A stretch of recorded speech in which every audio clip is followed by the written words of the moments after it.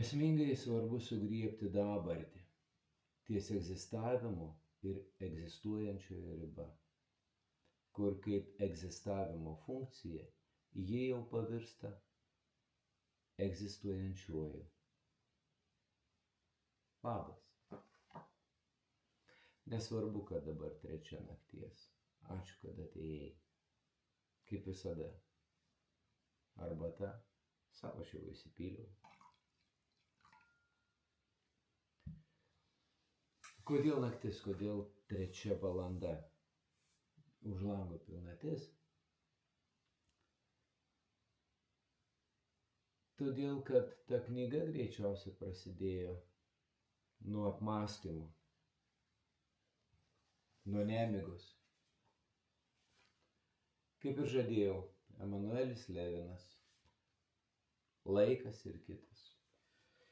Spaustuvė Jonas ir Jokūbas išleido Vilniui 2017 metais ir vertė nuostabus dėstytojas, filosofas Viktoras Bachmetjevas, katram Emanuelis Levinas labai patinka. Jeigu kada teks pabūti jo paskaitoje apie Emanuelį Leviną, jūs pamatysit, kiek šitas žmogus daug gali papasakot.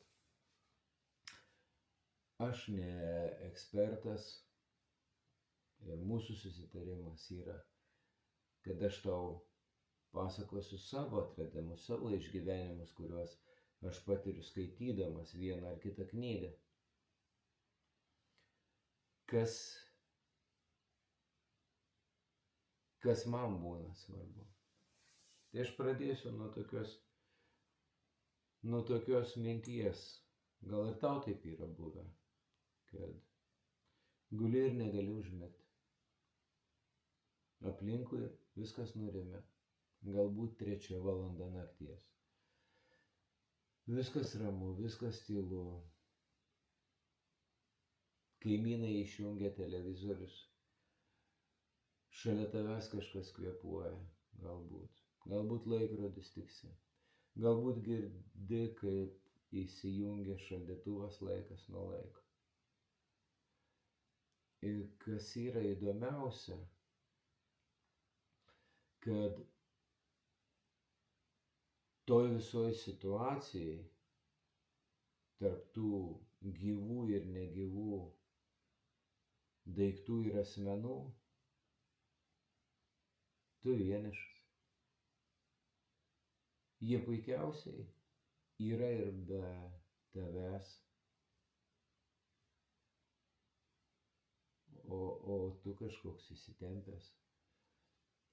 Ta prasme, kalbu apie nemigą ne dėl to, kad kažkas labai rūpi, kad kažkokie svarbus dalykai turi įvykti, kad pas mane pilna galva minčių. Ne apie tai.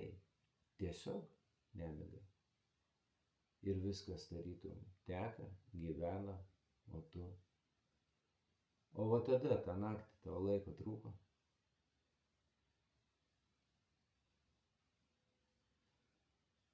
Tas laikas pasidaro tarytum nepakeliamas.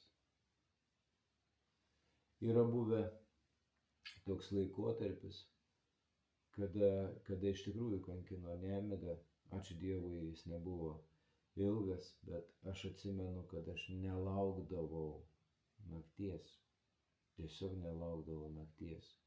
Nežinojau, kas bus. Visi bus. Visi miegos. Tiesiog ilsėsis. O aš gulėsiu tvirtom akim. Ir galbūt nuo to prasidėjo mąstymas ir man toks įspūdis susidarė tiesiog skaitant knygą, kad ir pas Emanuelį tas mąstymas prasidėjo. Kaip pagauti dabartį? Aš perskaičiau citatą. Kaip pagauti dabartį? Egzistuojančiajam, kaip pagauti dabartį? Pažiūrėk, išeini į lauką pučiant vėjui ir tu jauti kryptį, vat iš kur tas vėjas pučia. Atsistoji po dušu arba įkiši ranką į upę ir srovė eina. Jinai iš kažkur ateina, kažkur nueina. Taip ir laikas iš kažkur ateina, kažkur nueina. Ir mes tai vadinam praeitim ir ateitim. O kas ta ateitis, kurią aš patiriu? kas ta ateitis, va šitas, kur ateina, va tas vėjas, kas ta ateitis, kurią aš patiriu. Ir čia va tas klausimas ir kyla skaitant. Aišku, aš atsiprašau, kad aš praeitą savaitę padariau tokią reklamą, kad plonytė knyga, 60 puslapių, bet aš tikiu, kad jeigu pasiėmėt kažkas tai skaityti, pamatėt, kad jinai netoks jau lengvas skaitalas. Čia yra sudėtingai sudėstytos mintis, filosofija jau tokie, bet kuo jie žavi, kuo jie man patinka, kad jie iš tikrųjų ieško atsakymų į klausimus. Jiems rūpi ir jie ieško atsakymų į klausimus. Ir dabar aš turiu priminti šitoje vietoje praėjusias laidas, nes tokių knygų autoriai visada užsikabina už kažko, vat dėl kažko tai įvyksta. Nes neįvyksta dėl to, kad aš noriu parašyti knygą, neįvyksta dėl to, kad čia reikia va dabar parašyti knygą ir uždirbti pinigų ir taip toliau. Gal tokių knygų yra, bet ne šita serija, kur aš jums pasakoju. Tikrai ne šita serija. Prisiminkit, žurnalistas parašė todėl, kad aš iš savo vaiko noriu pavogti santykį su savim. Aš noriu sutrumpinti savo buvimo laiką su savo vaiku, kad galėčiau daryti svarbesnius dalykus. Wow. Ir dėl to gimsta knyga, žmogus pradeda tyrinėti, kas čia per gėris, tas greitas laikas, o gal iš tikrųjų laikas turėtų būti lėtas. Ir knyga, pamenat, vadinos Garbė lėtumui, bet galiausia autorius padaro atradimą, kad tempo giusto, teisingas tempas, teisingas laikas aš darau, teisingai aš nevagiu iš draugo laiko. Bet aš darau taip, kaip reikia. Tempo giusto. Ir praeitos savaitės knyga irgi nelengva. Kad nelengva, tai aš pasižiūrėjau pagal peržiūrų skaičių. Supratau, kad nelengva knyga. Manau, kad šita irgi bus taip pat. Nelengva. Čia nelengvos knygos. Bet ten irgi atsirado, iš ko ta knyga atsirado, iš to, kad profesorius, kuris turi vesti paskaitas ir jo draivas, jisai nori rašyti knygas, staiga supranta, kad tam neturi laiko. O tu supranti, kokią nesąmonę. Aš neturiu laiko savo tiesioginiam darbui. Wow. Ir čia, kad suprasti Emanuelio, bent jau užsikabinti už minties tėkmės, reikia suprasti, kas jis. Tai trumpai, visiškai trumpai, nesiruošiu pasakoti biografiją, bet tai 1906 metai, mūsų tėvynainis, Kaunas. Kaune žydų šeimoje gimsta berniukas. Tėvas duoda nuostabų vardą, Emanuelis, Dievas su mumis. Ir Emanuelio tėvas turi, jeigu teisingai atsimenu, Laisvės alėjai turi knygyną. Ir čia sąsaja su pirmąja laida, su kuria mintis, kuriuom su tavim dalinaus, tai buvo Firminas. Tai buvo žirkiukas, katras užaugo knygų sandėlį, grauždamas knygas. Emanuelis, mažas berniukas, jisai susidomi knygom, jį sužavi knygos. Galbūt tai, kad tėtis irgi mylėjo. Aš darau tokią prielaidą, aš nežinau iš tikrųjų, bet darau prielaidą, kad žmogus prekiauja knygom, turi savo knygyną, tai jisai aišku galbūt yra skaitęs, jisai rekomenduoja kažką ir taip toliau, jisai turi kaip pakalbinti atėjusi pirkėją, parekomenduoti kažką, tai kažkokią knygą.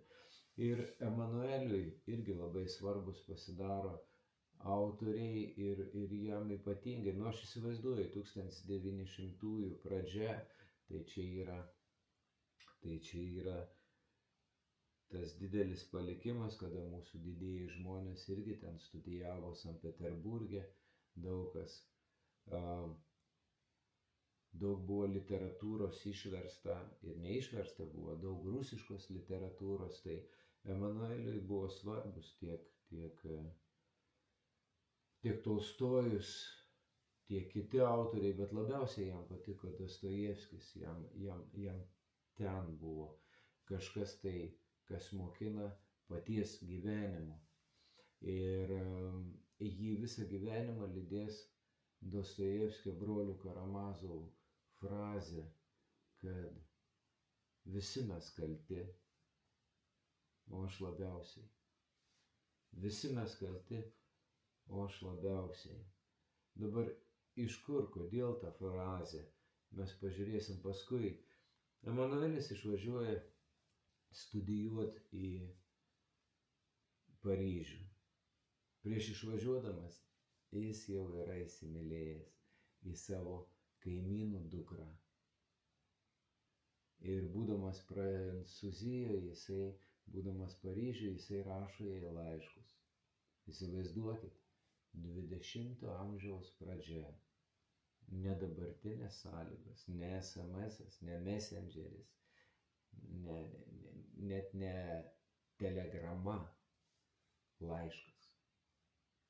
Laiškas, kurį rašau, aš jau turiu santykį su žmogum, kuriam rašau. Jau rašydamas aš turiu tą santykį. Su virpančia širdim, nes mylimas žmogus metu į pašto dėžutę arba nešu į paštą ir laiškas keliauja keletą savaičių. Ir jeigu ten greit parašo, tai dar tiek pat atgal, o gal parašo tik tai po 2-3 dienų, nes iš pradžių medituoja tai, ką tu parašei, o paskui tau atrašo. Koks tai buvo neskubos laikas ir ką jisai davė tiem rašantiesiem, tiem susirašinėjantiem, jau dabar tampa paslaptim, nes pas mumis viskas greitai. Tai Emanuelis susirašinėja. Jisai tapo Prancūzijos piliečiu, prancūzai jį laiko savo filosofu, bet įdomu, jeigu mano informacija teisinga, tai jis iki gyvenimo galo pasirašinėjo lietuviškai pavardę – Levinas As. Jo, ir jisai gauna Prancūzijos pilietybę, prasideda karas. Ir Emanuelis eina tarnauti į Prancūzijos kariuomenę, papuola į vokiečių belaisvę ir būdamas žydas, jis lieka gyvas. Ne taip kaip jo šeima. Jo tėtis, mama, 2 broliai pirmom karo dienom sušaudyti Kaune. Ir va tie išgyvenimai, jie ir formuoja mąstymą, formuoja žmogų. Jeigu jūs pažiūrėsit biografijas didžiųjų žmonių, visą laiką būna kažkokie lūžiai, kurie suformuoja mąstymo kryptį, judėjimo kryptį. Pamatysi, kaip tai vyko. Emanuelis iškelia klausimą laikas. Kaip aš jį patiriu, kaip jį pagauti, va ta nakties vienatvė. Aš vienas, laiko man per daug, jis mane kankina, bet kaip aš jį patiriu, per ką aš patiriu laiką, kaip tai vyksta. Yra praeitis, yra ateitis, kaip sakiau, yra tėkmė, o į kur? Kaip aš patiriu tą dabar, kuris visą laiką į mane eina? Kaip aš patiriu tą? Ir jisai kaip žmogus, kaip mirtingasis, ima galutinį žmogaus tašką. Mirtis. Štai mano ateitis. Mirtis. Bet mirtis nepatiriama. Jinai nepatiriama. Nes tada, kada aš turiu santykių su mirtim, manęs jau nėra. Tai nepatiriama. Jinai visiškai kažkas kito man nepažinaus. Vadinasi, turi būti kažkas kito, kaip aš galėčiau patirti. Ir knygoje, kas skaitėt, kalba apie maistą, kalba apie kitką. Ir aš galvoju, kad tai vyko, bet čia mano fantazija. Aš galvoju, kad tai vyko kažkaip panašiai, kad va tas kvėpuojantis šalia mano žmona. Mano žmona. O gal aš laiką patiriu per santykį su kitu, per prisilietimą, per glamonę. Gal aš per tą laiką patiriu. Pamąstyk. Per ką patiriu laiką. Ir tas kitas, kuris šalia, kurį glostau, kurio rūpinos, mano žmona, mano. Bet vis tiek atskira. Ir jeigu eit į tą akimirką, kur prieš tai sakiau, į mirtį, tai tame momente aš vis tiek būsiu vienas, net jeigu kažkas šalia už rankos laikys. Reiškia, dar kažkas turi būti. Ir tai, ką šitoj knygoje atranda sūnus.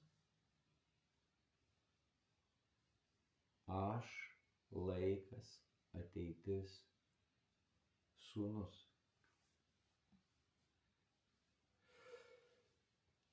Labai įdomiai pasakė.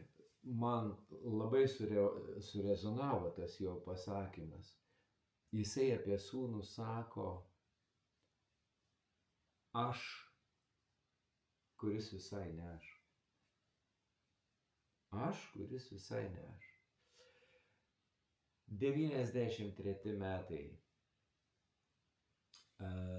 gimsta pirmgimis sūnus. Aš buvau turbūt pirmam 10 Klaipėdoje vyrų, kurie galėjo būti šalia savo žmonos gimdymo metu. Ir man tai buvo tiksli formuluotė to, ką aš pamačiau gimusi, savo pirmgimį sūnų. To, ką aš pamačiau gimusi. Tai aš, kuris visai ne aš. Man tada susiformulavo, kad kaip sumažintas aš.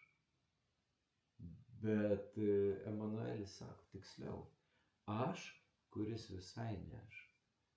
Ir jo, sūnus yra iki galo nepažinus, sūnus yra paslaptis, o kartais net nenori būti pažintas.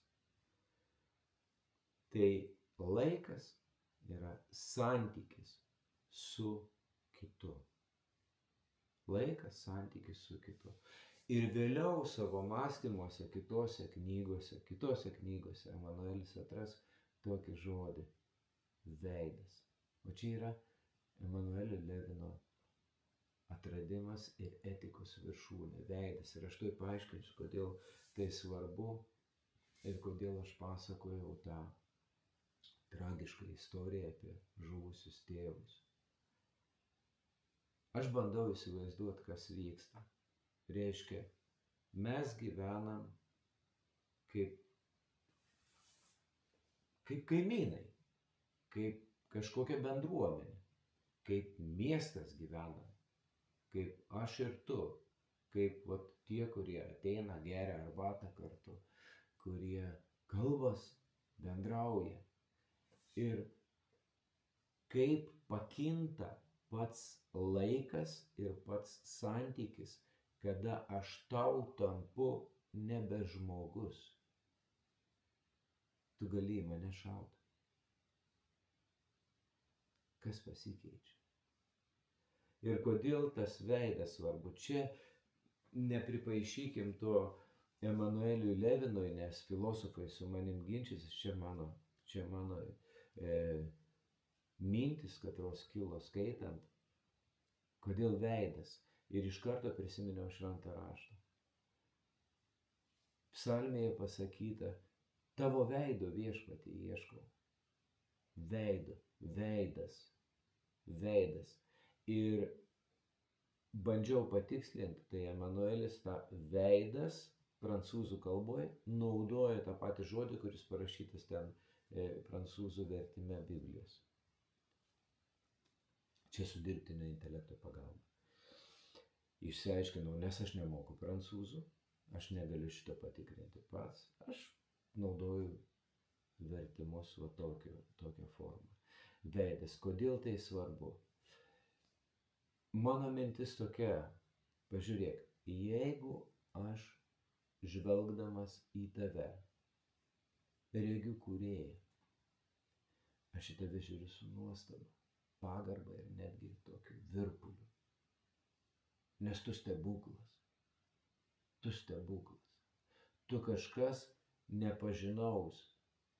Ir kuo artimesnis santykis, tuo tas laikas su tavim man yra svarbesnis. Tuo aš laukiu to laiko labiau susitikimo. Prisiminkit įsimylėjimą, kaip lauki susitikimo, koks tas laikas atrodo ilgas, nes laukiu mylimo žmogaus. Ir staiga, kas įvyksta, reiškia, kad aš tampu tau tuo, į kurį tu gali šauti. Vadinasi, aš nebe žmogus, nebe veidas tau, nebe kūrėjo atspindys. Aš kažkas kito. O todėl, man atrodo, tas veidas ant tiek svarbu. Ir tas o čia jau grinai Emanuelio Levino mintis, kad tu tampi atsakingas. Tu tampi atsakingas už šitą. Ir kad pabaigt, aš galvoju, kad vyresnieji, kurie turit savo šeimas, turit savo vaikus, prisiminsit tą momentą, tą akimirką, kai tu ateini, galbūt va tokią nemigos naktį, ateini apkamšyti, apglostyti savo vaiką. Ir tu žiūri į tą veidą, miegantį, kuris iš tavęs, atrodo, jis miega, jis nieko neprašo, bet jis iš tavęs reikalauja tavo globos, tavo atsakomybės. Veidas reikalauja.